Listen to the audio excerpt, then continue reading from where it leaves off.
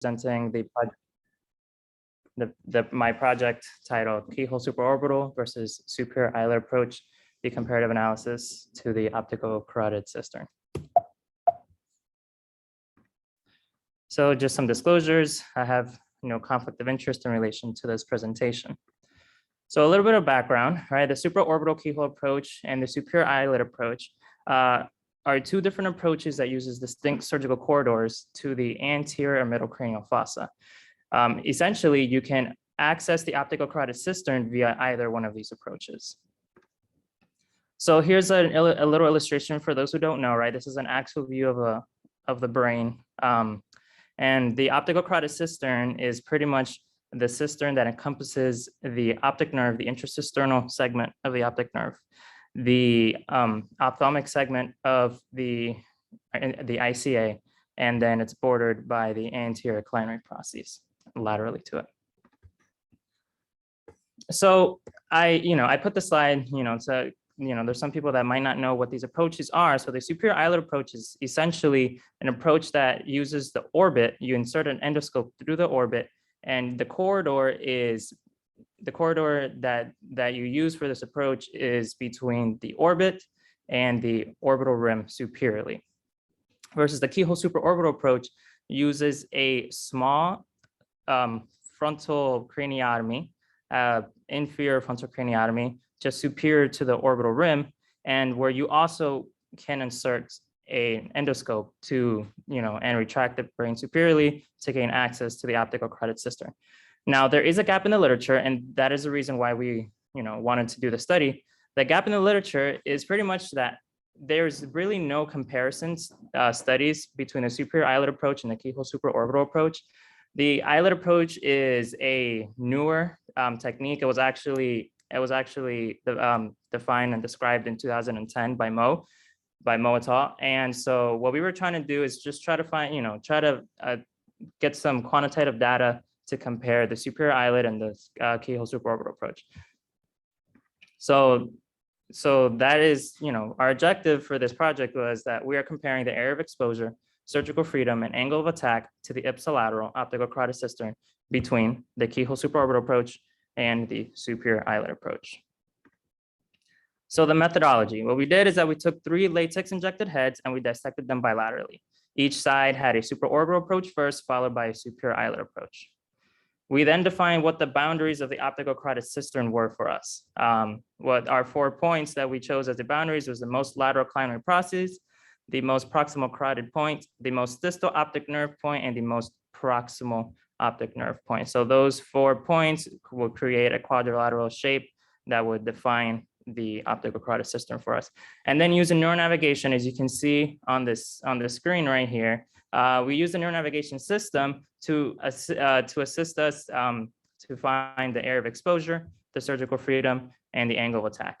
And area of exposure is literally what it means. It's just what area of the optical carotid cistern you can expose using the approach, versus the surgical freedom and the angle of attack. Those 2 are used synergistically to describe the maneuverability of instruments, which is very important when trying to decide one approach versus the other.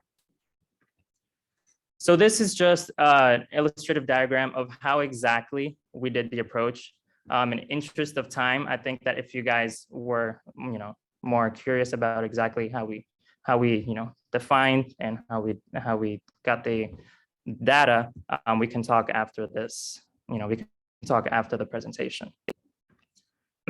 So I just wanted to show a couple of pictures of the dissection.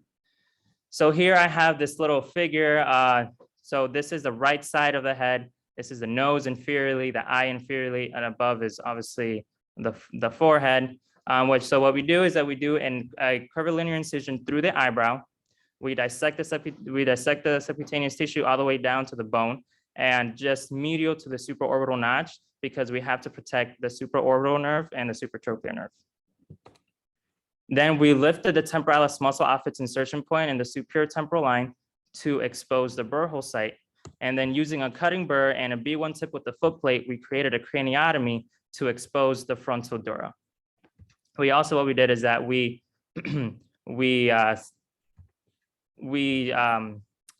cut a little bit of the orbital roof So pretty much what we did is that we just cut it down a little bit to give us better exposure through the underneath the frontal dura. We did a durotomy, a C-shaped durotomy to expose the frontal lobe. And we're able to get a scope in and see the optical carotid cistern. So you can see here, this is the optic nerve as it goes into the optic canal. This is the sixth segment or the ophthalmic segment of the ICA. And then laterally to it is the anterior plenary process. So again, this is exactly what you see, the area of exposure. So these were the 4 points that I mentioned previously. This is the exposure. This is what we define as the exposure for the optical carotid cistern, and then the surgical freedom. Then I also wanted to show a couple of pictures from the superior eyelid approach dissection. What you do is that you make an incision on the superior crease of the superior eyelid. You dissect down to just deep to the orbicularis oculi muscle, and you use the plane between the orbicularis oculi muscle and the orbital septum to get to the orbital rim. You insert your endoscope, and then you're able to appreciate the superior orbital fissure deep, and then the optic canal medially, and then the meningeal vessels laterally. Using a diamond burr, you create a craniotomy, and then you remove the dura to expose the frontal lobe. And with retraction of the frontal lobe, we're able to, again, get exposure to the same structures that were in the previous picture of the optical carotid cistern. So these are our results. I'm not going to spend too much time on the actual numbers of this table, but I just wanted to show you, that we have the area of exposure, surgical freedom, and then the angle of attacks. We had a vertical and a horizontal angle for each of the points for the angle of attack. And then the approach KSEA stands for keyhole supraorbital endoscopic approach, and SEEA stands for superior eyelid endoscopic approach. What we did, though, is that we did perform a Mann-Whitney U test with a significance level of 0.05. And we illustrated what these significant values or variables were. So what we found was actually that the surgical freedom and the eyebrow approach was superior to the surgical freedom in the eyelid. And I'll explain, why we thought so at the very end. And the same thing for the angle of attack. So the angles of attack were actually superior in the eyebrow compared to the eyelid. So what we found was that the maneuverability using the eyebrow approach was superior than the maneuverability using the eyelid approach. Now, the area of exposure, there was no significant difference. And again, these were all with P of less than 0.05. So some limitations, right? We did have only 3 cadavers, so it was the small numbers of cadavers in our study. And obviously surgery of living patients is much more complex than cadaveric work. So to extrapolate our data would be a little bit, you can't extrapolate, directly from our cadaveric study for, clinical decision-making. But, the goal of our study was to create a framework, right, from which future anatomical and or clinical studies could be made. And I think that we were able to achieve, some good data where where we found that the supraorbital eyebrow approach has greater surgical freedom and angles of attack, hence greater maneuverability.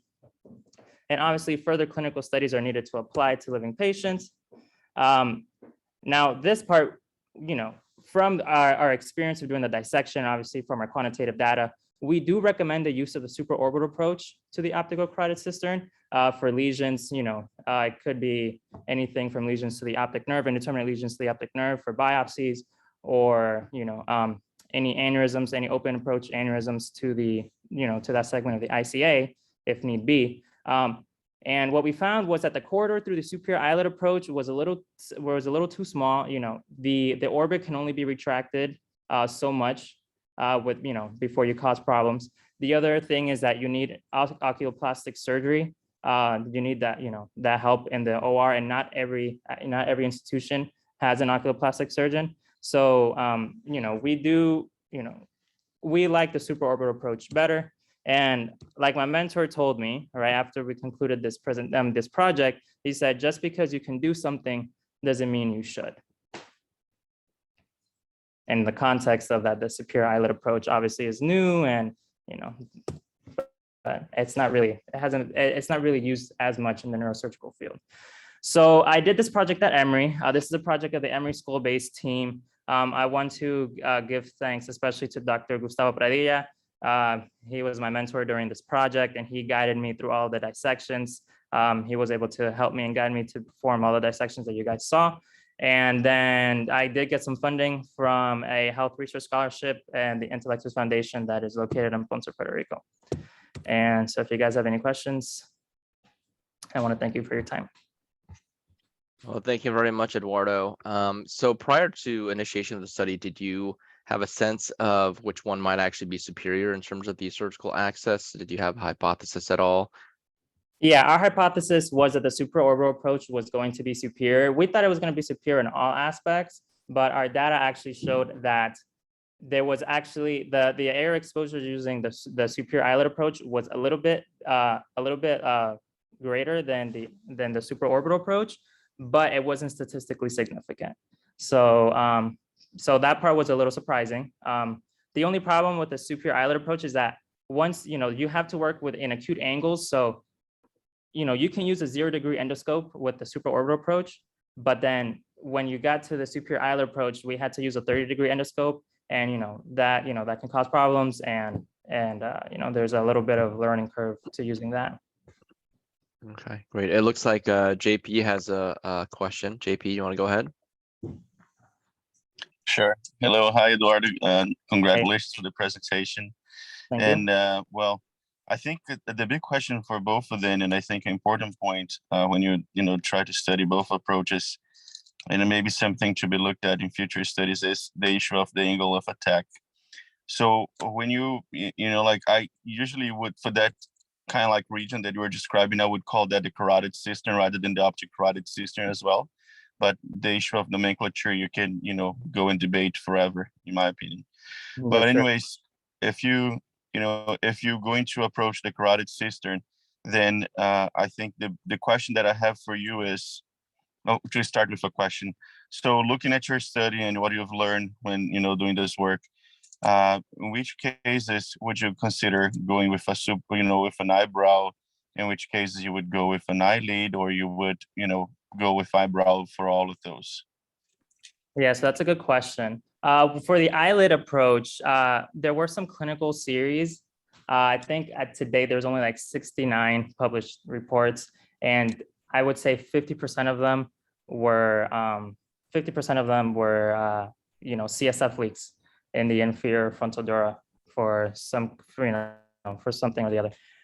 We did not really like the superior eyelid approach, to be honest. I think that the concept is good because you obviously hide the incision, the cosmetic, the cosmesis post-op cosmesis is great. Versus a supraorbital approach, you could get that, the alopecia in the orbital and the eyebrow. But I think that the superior eyelid approach would be good if you're going to the middle cranial fossa. Like if you have a sphenoorbital meningioma or tuberculum cell meningioma, I think that obviously that would work because you can get access to the wing of the sphenoid. But anything else, if you're going to go anterior cranial fossa, ACA aneurysms, olfactory groove meningiomas, I would go supraorbital approach for sure. Yeah, no, that I would say that that's a given, but considering the carotid cistern, I'm just asking because you decided to use the site of your approach was the carotid cistern, right? So I mean, I'm just asking you, so we, because we can't and we shouldn't compare apples with oranges, right? Which are kind of like those approaches are different. But in the carotid cistern, how would you be rational? For the carotid cistern, I think that it's also based off of surgeon experience, knowing that if you were going to use a superior eyelid approach, you would have to probably use an angled endoscope.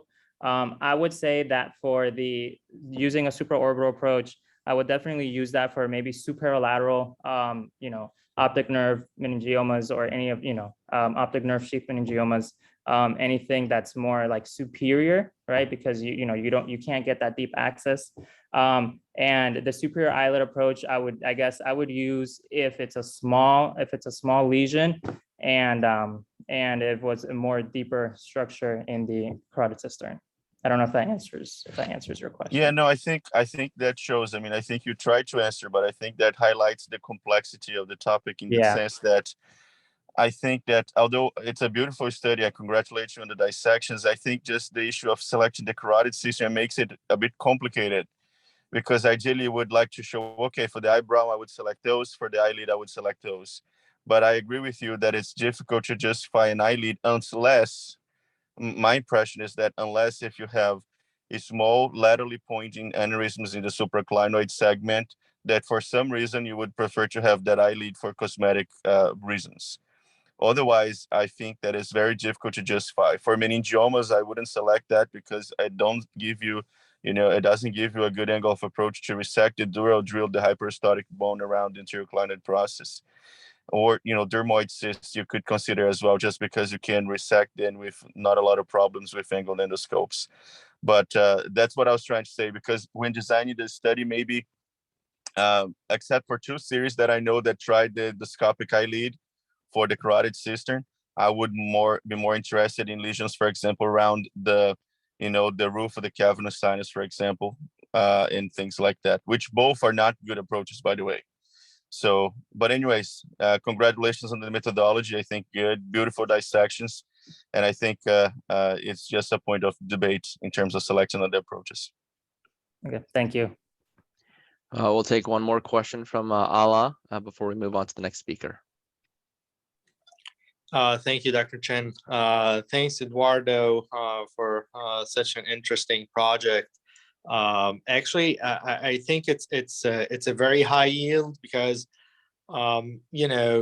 usually with anatomical studies, people tend to kind of like when compared like a classic or well-known approach to a new approach, are kind of like anticipating that the newer approach would have a similar / a little bit high higher privileges in terms of surgical maneuverability and exposure. But actually I respect anatomical studies that kind of like try to kind of like show that some of the newer approaches are not anywhere similar to the standard or the well-known approaches, right? Like the study that you just did, right? And we're living in the era of, kind of like new paradigm shift toward minimally invasive surgery, but none of them, make sense in most occasions, and they can be used in a very selective cases like the transorbital endoscopic approaches, just for maybe decompression of the optic canal. You can argue that otherwise, you're retracting the brain, you're having the same kind of like things that you're doing from the classic approach. Anyhow, this is more of a comment rather than a question. I kind of like appreciate what you did. Great job, just to make sure that when such projects are kind of like published in the literature, would make people kind of like tend to kind of like not use these newer approaches without validation in clinical settings. So great work. Thank you. I appreciate it. Oh yeah, and Eduardo, don't worry. Like I know that, for example, there is a paper I published with Ted Schwartz when I was working with him on this topic, and our MFT up to today still uses the cover of the paper to criticize the transorbital approaches. So you're gonna get criticism, and that's normal. Just ride the wave. Okay, thank you.